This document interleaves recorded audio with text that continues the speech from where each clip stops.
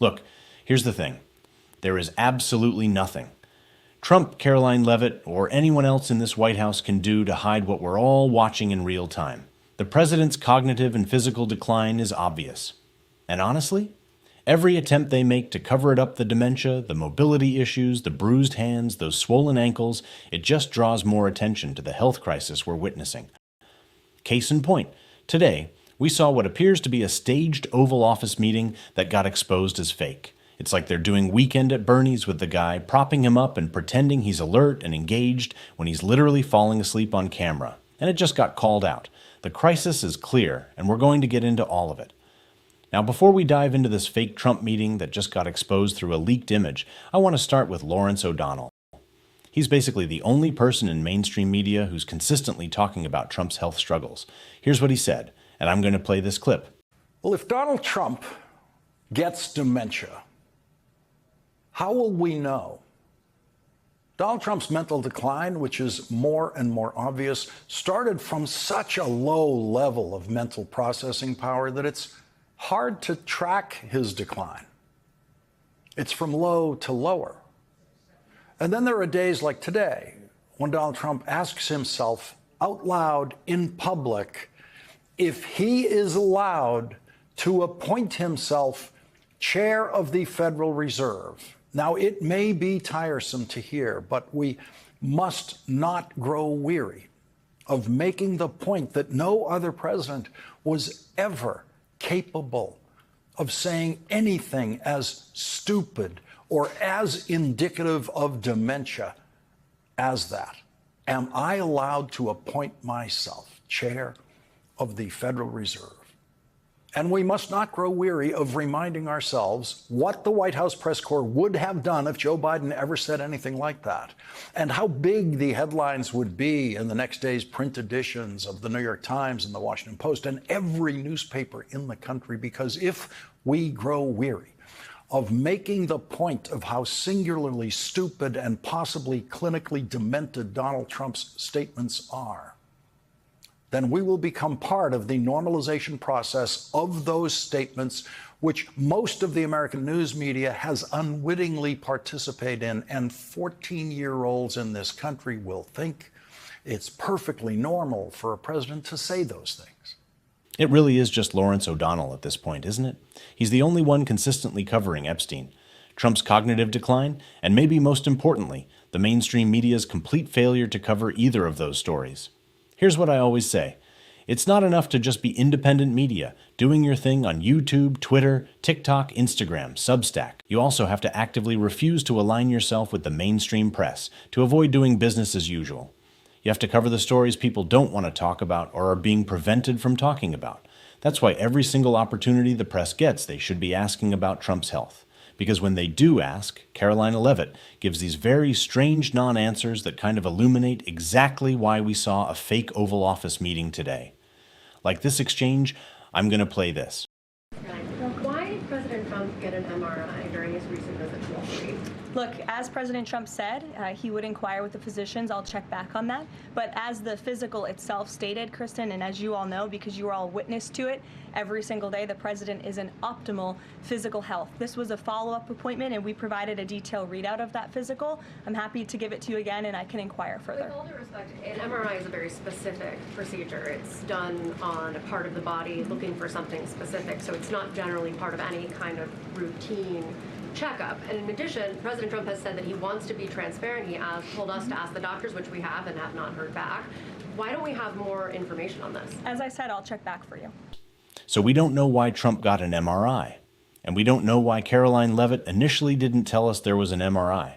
Why wouldn't she tell us about it? Why wouldn't she explain why it happened?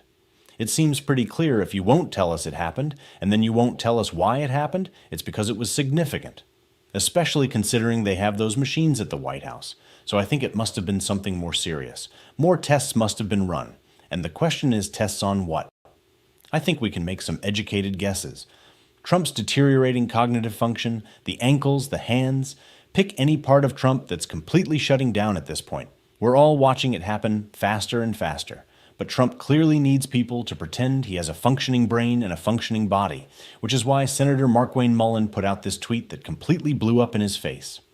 Mullen wrote, "Working through the weekend with Donald Trump. It's always an honor to be in the Oval Office. I never take this opportunity to serve Oklahoma for granted." Journalist Aaron Parnas wrote back, "Donald Trump was not in Washington, D.C., working with Markwayne Mullin at the time this was posted. Trump is in Palm Beach."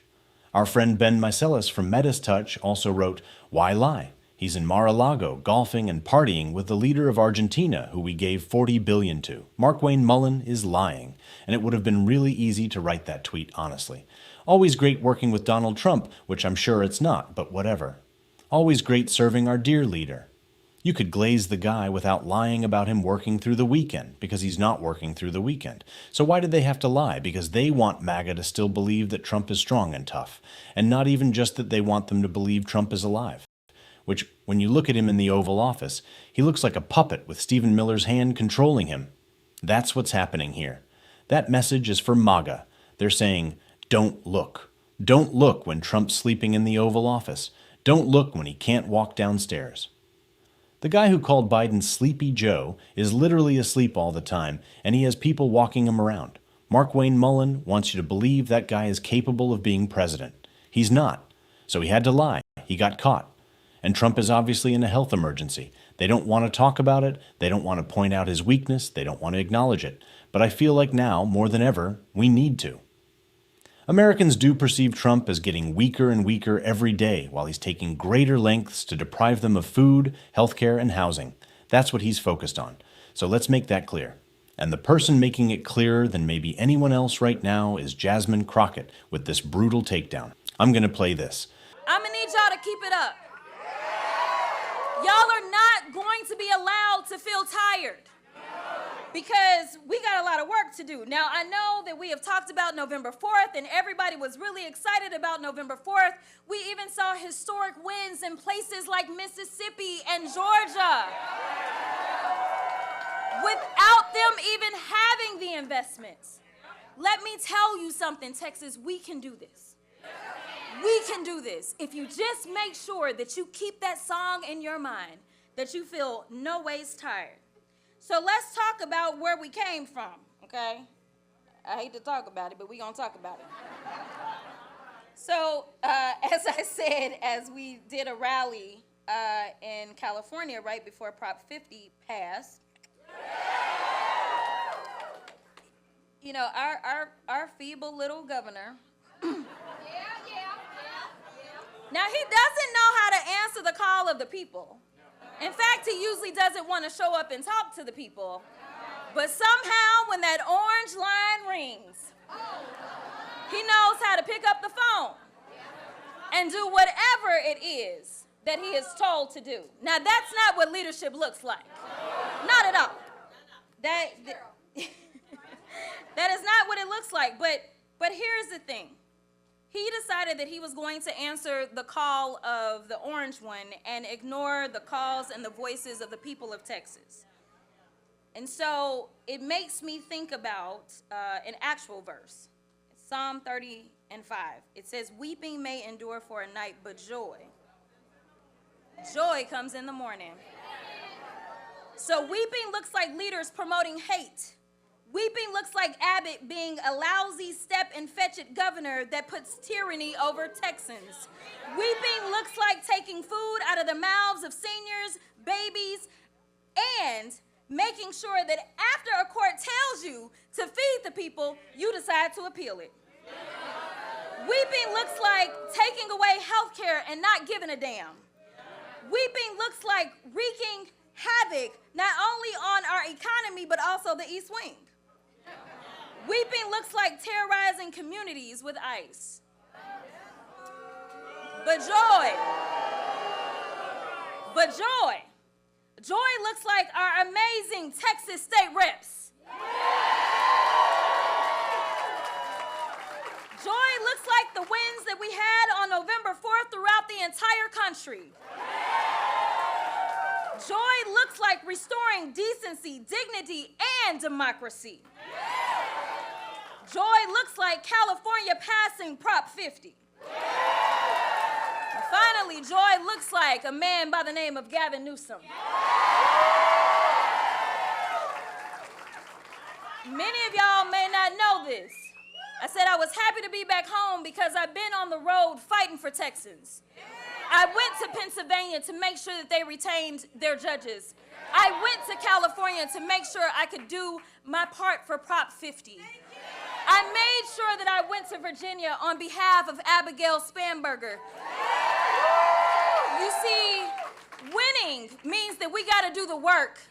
But more importantly, I told y'all joy comes in the morning. And so let me tell you about Gavin Newsom.